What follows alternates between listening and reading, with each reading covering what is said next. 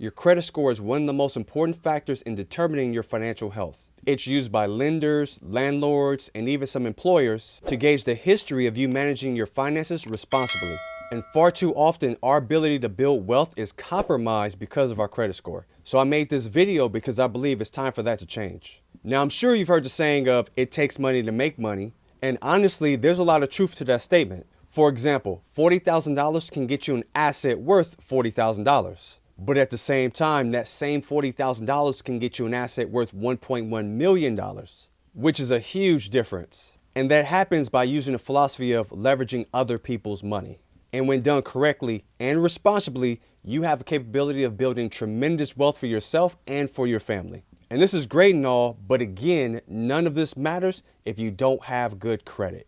So in this video, I'm going to give you a better understanding of credit, along with going over some tips and strategies to help you improve your credit score so that you can take control of your financial future. So your credit score is a number between 300 and 850 that represents your credit worthiness. All that is the likelihood of somebody getting their money back if they loaned it to you. And it's calculated by using a complex algorithm that takes into account various areas of your credit history. So the three major credit bureaus are Equifax, Experian, and TransUnion.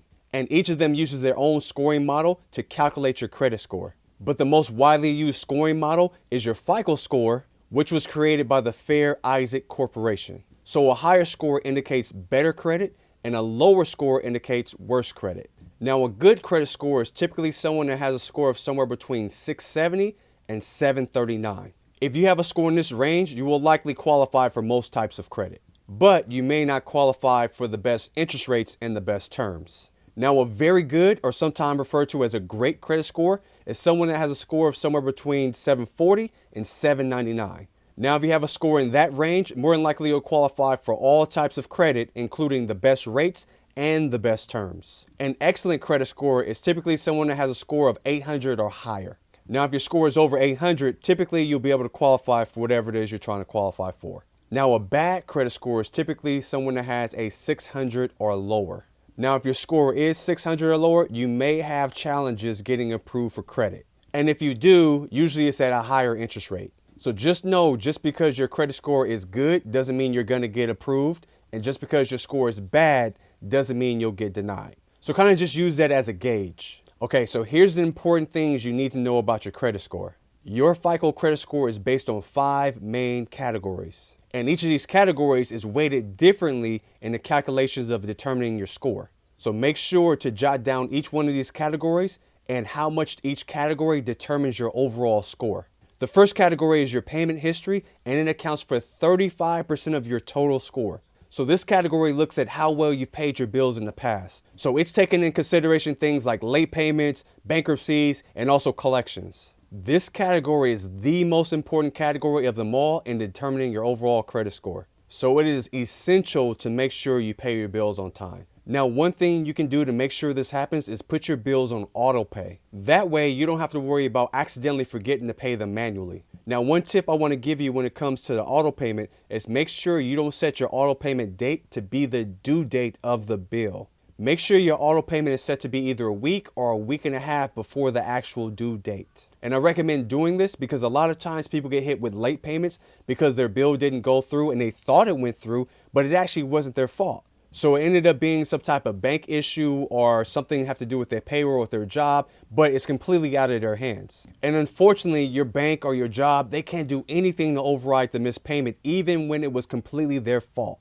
So that extra week gives you a chance to resolve any problems that may come up without it officially becoming a late payment that affects your credit score.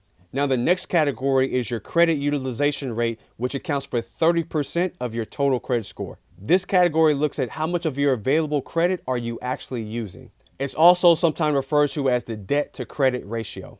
The lower your credit utilization, the better it is for your score. So it's recommended that you use no more than 30% of the total credit available to you. So let's say you have a credit card limit of $1,000. So to stay within that recommended utilization rate, you don't want to use any more than $300 of that credit.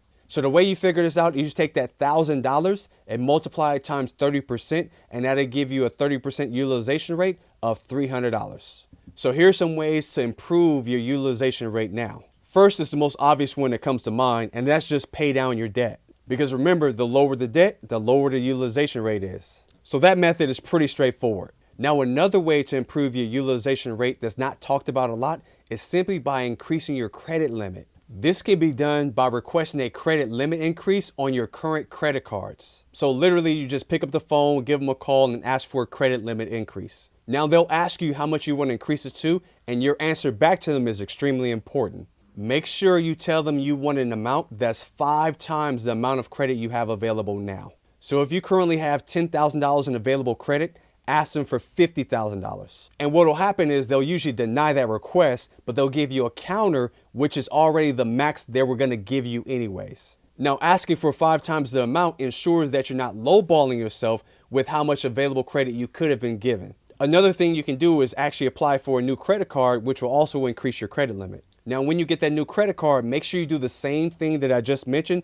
Ask for a credit limit increase immediately. There's no set time frame you have to wait to ask for an increase. But I do have to say, make sure you don't increase your spending along with increasing your credit limit, because that's just going to defeat the purpose and just create more debt for yourself. Now, the next category we have is your credit history, and that accounts for 15% of your score. This category looks at the length of your credit history in years. The longer your credit history, the better it is for your score. So here's an example of what that looks like. Let's say you have 3 credit cards. One you've had for a year, one you've had for 3 years, and the last one you've had for 14 years. You're going to add up the total amount of years, which is 18, and then divide it by 3 because you have 3 different cards. That will give you an average credit history of 6 years. Now, let's say you canceled that credit card that you had for 14 years because you're trying to improve your credit. So you cut it up, you call them, you cancel it. You want nothing to do with that card anymore. So now that that card is gone, you have to calculate a new average. So instantly you lowered your credit history from 6 years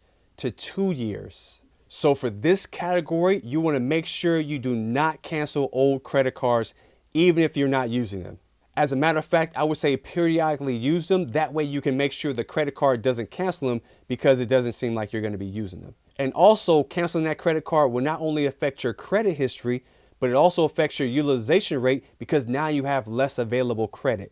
Now, the next category is your credit mix, and this accounts for 10% of your total credit score. Now, this category is just going to look at all the different types of credit that you may hold. And these could be things like mortgages, your car loan, and also your credit cards. And believe it or not, having a diverse mix of credit is better in the eyes of the credit bureaus versus just having all of the same type of credit. So all that debt you may have that's all over the place that you think is really hurting you is actually helping your credit score. And the final category is new credit, and this accounts for the last 10% of your score. This category looks at how many new credit accounts you've opened recently. So applying for too many credit accounts in a short period of time can actually hurt your credit score. So always be mindful on the amount of times your credit is being ran and do your best to keep it to a minimum. I would say no more than 2 times in a rolling 12-month period. Now also, you have to understand that sometimes you will have to take a hit in some of those smaller areas in order to improve a larger area that's going to improve your credit score.